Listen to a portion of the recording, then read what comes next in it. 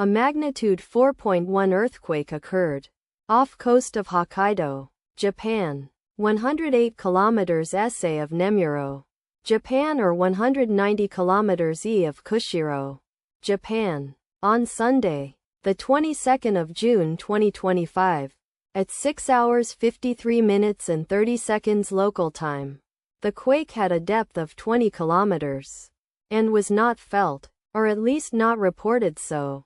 Data source from EMSC. Did you feel it?